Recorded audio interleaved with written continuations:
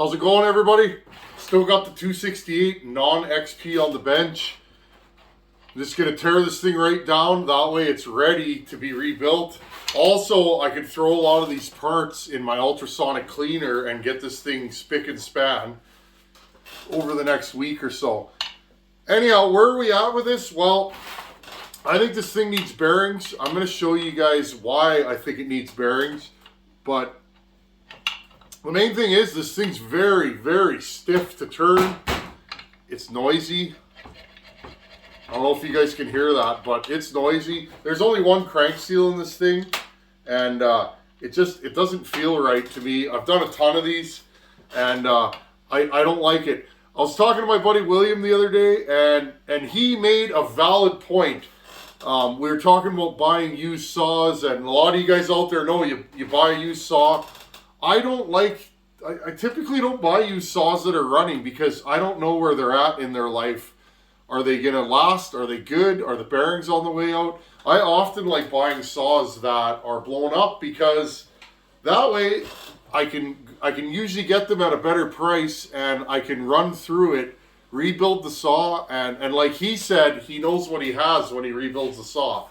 I'm the same way. If I put bearings in this saw, and again, friends, this saw isn't for me. I have no clue where this saw is going, but I offered to work on it, and this saw here, I don't know where it's going, but it doesn't matter. Whoever gets this saw, I want them to enjoy it and use it for years. Next thing coming up on the channel, friends, I'm just going to grab it here. Our 200T. Okay, this saw here, I put a new carb on it, and I've been playing with it a little here and there just to see. This saw was a hard starter. It was super lean. I don't even know if there's fuel in here. Yeah, there's a little bit. Let's see if this saw starts. I'm going to have to put the saw in the wood before we work on it, but let's see. That's a good sign.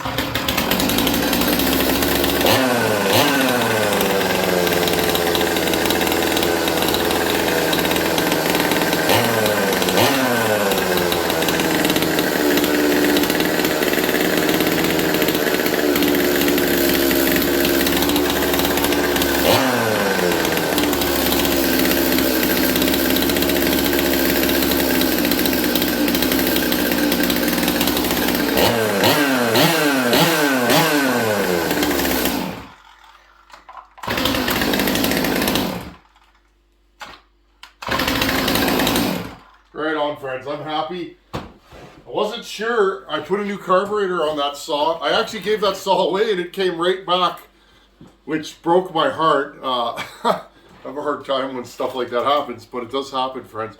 That was my saw. I gave it away. I ran that saw 5 times maybe. I'm not a tree climber, friends. The only thing that climbs a tree that's as heavy as me is a grizzly bear or a brown bear, and I'm not as heavy as a grizzly bear, but you guys know what I mean. Fella needed a climbing saw, so I sent that his way. That saw had a carb that I fixed years ago by deleting the accelerator pump, and of course that repair let go, and it ended up coming back. So I put a new carb on that, and it seems to be running perfectly. That saw was boggy and lean, so I'm super happy. Okay, friends, what I'm going to do in today's video, I'm going to show you guys with one of these things. You should buy one of these. This is an aftermarket one. It's a case splitter. This thing has split, oh God, I wonder how many bottom ends I've done with it. I paid like 50 bucks for it. It owes me nothing. Yes, you could split bottom ends without this, but it takes way more horsing around. I think you're better off to just have one. But let's split this and have a look at the bearings. I'm going to start this build. I'll put it right on camera with you guys, and first thing I do with these is I take the handle off. So I'll get you guys set up. Let's take the handle off. Okay, I pulled the oil strainer out. Oil line feels good. It's supple. It's not clogged. Okay, you can take these apart and blow air through it, and you'll be surprised the stuff that comes out of there. If you have one of these that doesn't oil properly, that's probably what's going on. I dumped the oil out of the tank. Dump the fuel out of the tank. Okay, this saw probably needs mounts. Okay, we'll have a look at those mounts when we get further into this build. I love these saws. They're my favorite. They'll never be a 372. Never. Even the 272. I see other guys saying, well, it's 72 cc's. Yeah, they'll never be a 372. That transfer design on a 372 and extra 2 mils of stroke, you will never, maybe not never. I'm trying to make a 272 run like a 372, but I have yet to succeed. And I mean ported for ported. Stock, even a stock 372 is it's a good saw. That's why so many guys run them. Wonder if I got a set of dogs for this thing. I notice this saw has no dogs on it. We'll see. I'll go through my junk. That way whoever gets this. I don't mind giving stuff away, friends. In fact, I enjoy it. Who am I to just have, you know, to hoard parts? I'm sure I got at least a dog for this saw. I don't have 2, but I'm sure I can find something. This thing still has the factory chain catch. These are always broken. Like always. Okay, put this all back together. Put that in there. And again, I know where all these screws go. If you've never worked on one of these, then just put them bag by bag. Sorry for blocking you guys, but you guys know the deal. I make a better door than a window. Yeah, and if you don't know where all the bolts go, then put them in separate bags and label them. Okay, that's it. Pull up and back. Boom. Here's your handle off. This thing's really clean. These mounts actually aren't terrible. They're not ripped. Oh, there you go. Look. That's why these saws, if you dog in and pull, you're usually going to rip these ones. These saws like a sharp chain. Okay, I'll take this rubber out here. And this grommet for the fuel line. Same thing, I'll put it in here. Okay, where are we at? I'm going to leave the chain adjuster in. Okay, so let's get this thing prepped. I want you guys to hear this, and if you can hear some buzzing in the background, I have my oven going. I have a shop oven. I'm baking a piston right now, so I'll probably show you guys that in another video. Listen. You hear that? That shh. Okay, look, this thing's really hard to spin around. Here, I have another bottom end here. I'm just going to grab it for you guys. I don't even know what this bottom... Oh, this is a 272 bottom end that I built new a couple years ago. Okay, with both crank seals in, look. Now, this is stiff to turn around because it has both crank seals, but you don't hear any noise, okay? See if I can get this thing really going.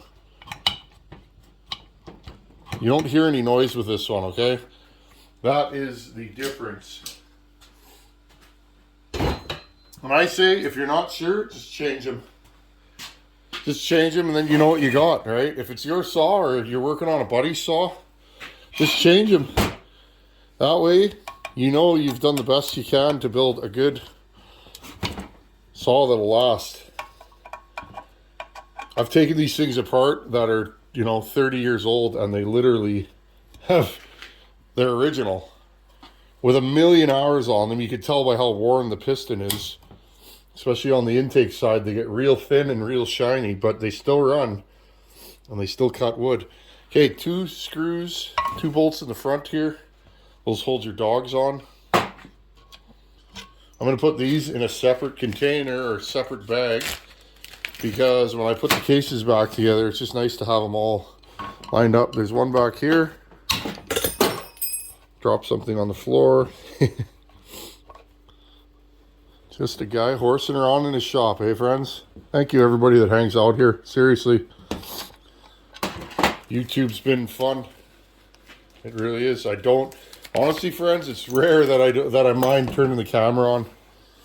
I really do enjoy being a YouTuber or making YouTube content. I still don't consider myself a YouTuber, but I guess I am. I was watching Two Stroke Stuffing the other day. I don't know if you guys have ever seen that channel, but he's that guy's a magician. I'm not sure where he lives. Iceland, somewhere out that way. Sweden, maybe. I don't think Sweden. That way. And he went to the mall the other day, and he was filming himself in public, and he said it made him feel awkward. I agree. It's and like his channel, I don't know, I don't know how many subs he has now, well over 100,000. He's done a really good job. Been watching that guy for years. He does all kinds of wacky things with two-stroke engines. So if you guys haven't seen that channel, go check it out. He's a good fella. He's very polite and very knowledgeable, and he's very humble. That guy's two-stroke knowledge is very high level in my opinion, and he's very humble about it. He's just a guy horsing around in his shop, and I enjoy that. Okay, so this thing's ready to come apart. I can't wait to do this because I guarantee, and I'm going to do this on video for you guys, this slides over the crank lobes there. Okay, you guys see that? It slides over there. Now, make sure it's level with the case. Okay, find a flat spot on the case. This one's tipped slightly down. Okay, right there. If you don't press it straight, oh friends, this is funny. If you don't press it straight, it won't come apart. Okay, look, they're already coming apart. Now, I didn't get all the oil out of this case. Oh well. In the name of time, I was like, I'll just spill it all in one go on the bench. Okay, there's one side. Oh yeah, these things were smoked for sure. One side, I'm just gonna clean up this oil, friends, but you guys see, if you're not in a hurry, take that oil cap off and hang this thing over a bucket or something and just let it leak for a day, and you'll save all this mess. I have shares in, I didn't even realize that the end of that strainer popped off. So I'll have to look in my spares and see if I have another oil strainer. I thought maybe that was a different strainer, but no. Okay, we'll wipe this off. I'm always learning, friends. I definitely don't know everything. Not even close to everything. 1/10 of everything, maybe. 1/100th. The more I know, the less I know. Indian Larry used to say that. That dude, when it came to motors, that dude was a genius. Especially old style Harley engines. Okay, just going to tip this up. Again, it's very important that you get this flat. If you don't, you start reefing on this, it won't come apart. Now, there we go. Don't be afraid to put some pressure on it. It will pop. There we go. Just like that. So if you're going to do bottom ends, it is well worth it. You can buy these cheap. Okay. One of the most important tools you can have in a chainsaw shop is that tool right there.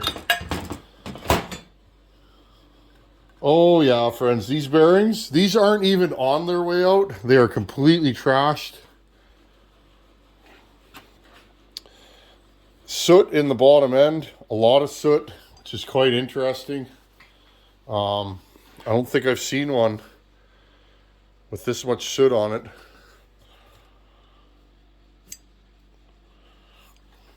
Maybe a little blow by. Anyways, I'll just leave that on the bench. Wow. Friends, look at that. Couldn't see it from this side, but now friends, click, click, click. Look, I can't spin these. Look how tight those are. That is the sound of death. There you go. Completely trashed.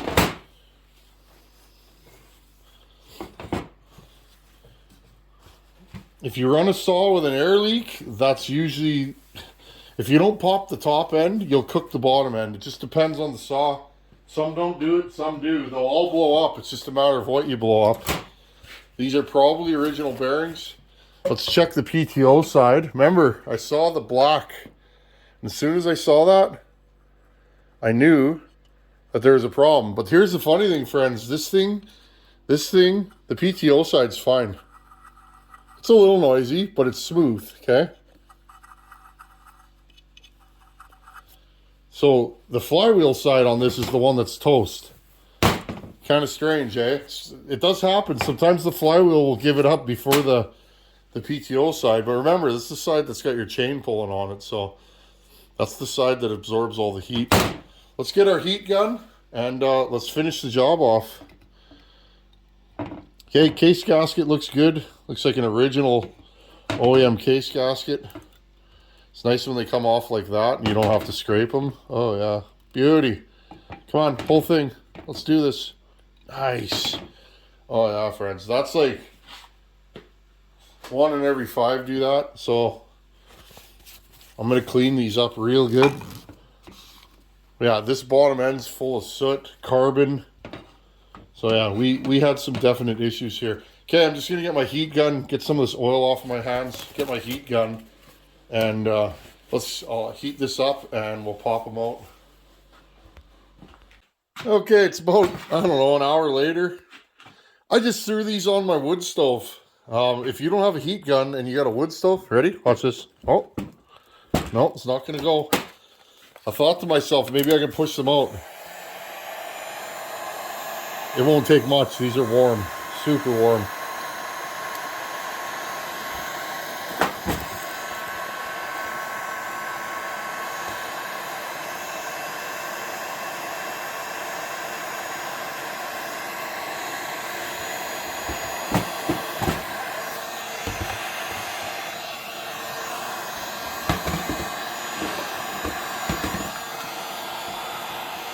It already slid halfway out, just sitting on the wood stove.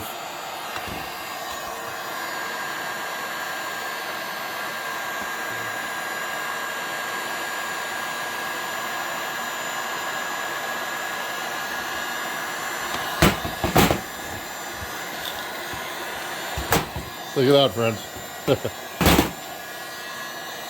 Okay, let's do the other one.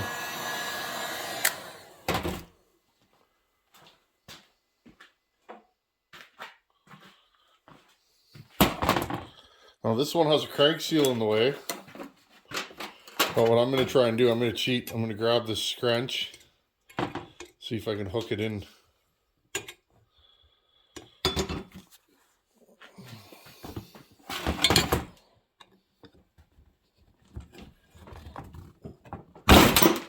There you go. Take that crank seal out. Can you get this thing hot again and just tap it out? Just give me a second. You can use a socket or whatever you want. I'm sure this thing's going to be warm enough. Look, I'm just letting the weight of the hammer. Okay? So again, if you don't have a heat gun, the air compressor, the heat gun are two of the most used things in this shop. Almost daily. There you guys go. No damage to the cases.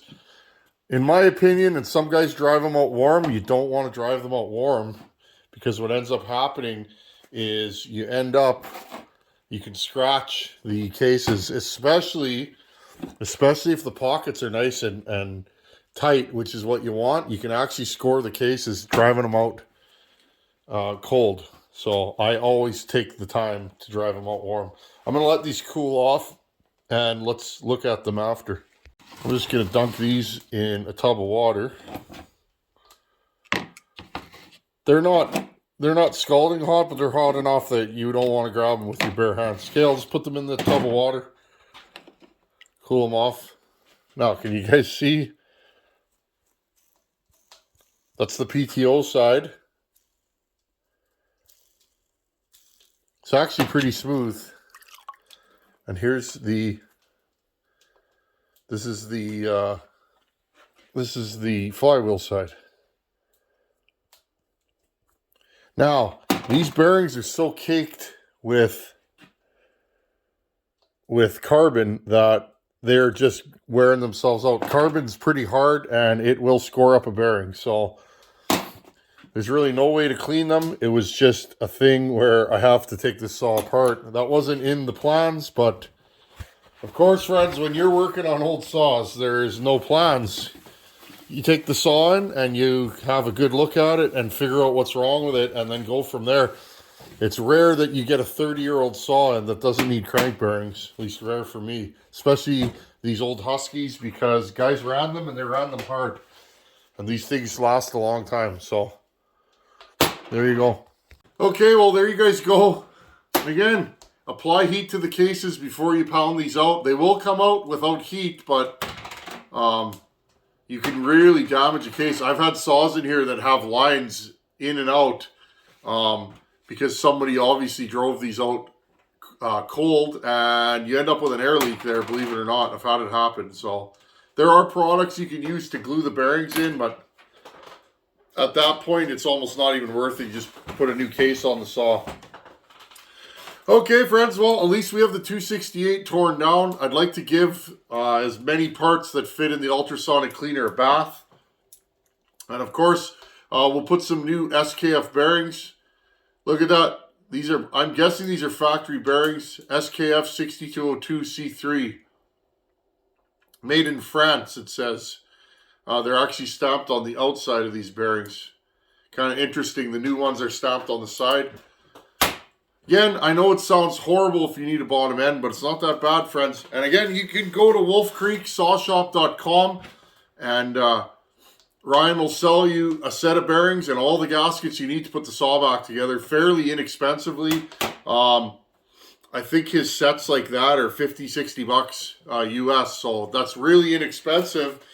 If your top end's good, the top end's not horrible on this saw, you could literally spend 60, 70 bucks in your time, throw the saw back together, and you'll have a saw that'll last you 15, 20 years, I bet. So, anyhow, hope you guys learned something here. You guys know what to do. And thanks for watching. Take her easy. Later.